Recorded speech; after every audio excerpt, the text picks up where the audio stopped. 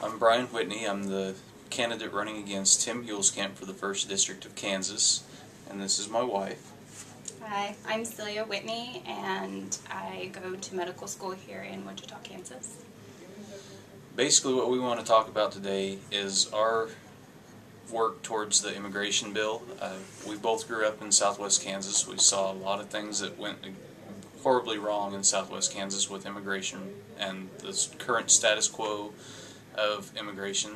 I grew up seeing the other side, the white side of it, where my stepfather complained at long length about immigration and illegal immigrants taking his job and everything in between.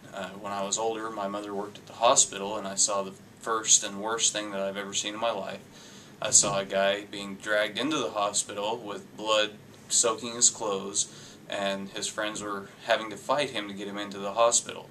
Well, I asked my mom what's going on here, and she said, well, I can't really talk about it. It's a HIPAA law, and it's a privacy and all of that. So I saw the guy in town later on that week, and I said, well, why you don't want to go to the hospital? What's going on?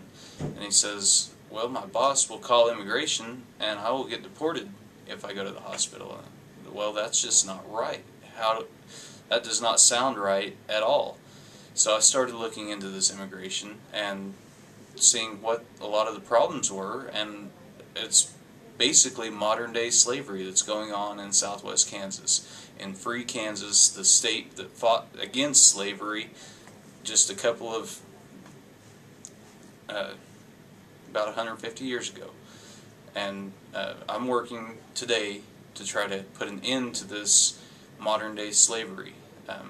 From Celia's perspective, her father went through a lot of the same kind of problems. Would you like to talk about that? I was lucky to have been born later when my parents already had their green card status. But my dad, he still, faced problems with work, and he worked for farmers where he didn't have insurance. For any of us, we never went to the doctor for any reason. It wasn't until I was in high school that I started working for the Johnson Co-op, and our family actually did have insurance. He was very, very proud when he got his citizenship. I remember him just going over all the citizenship questions that he had to take, and he just would memorize them over and over again so he could take his test and pass it. And I remember thinking how a lot of people, and myself included, I was born in Johnson, Kansas, I didn't know half of the answers to the questions that he had to know in order to pass the citizenship test.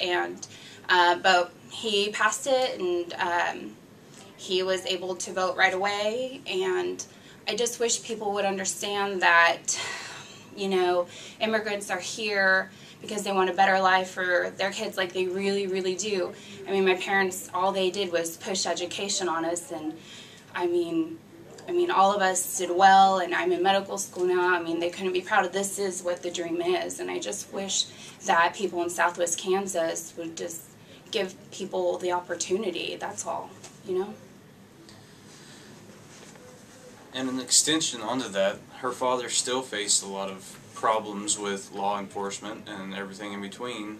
Her mother had an incident just recently where she had some chickens being stolen from their family farm, and the police office, or the police officers in the police office, joked about it and said something to the effect of Mexicans and their chickens. It still goes on today. It's a very bad situation for everybody out there, because so long as these industrial farmers, the dairy farmers, the feedlot farmers, all of these guys continue to hire in the way that they do, continue to push against immigration reform, they keep this standard of what people can apply for their jobs. People that cannot go to the hospital so that they don't have to pay for medical insurance. People that cannot fight back at all, and it is modern day slavery.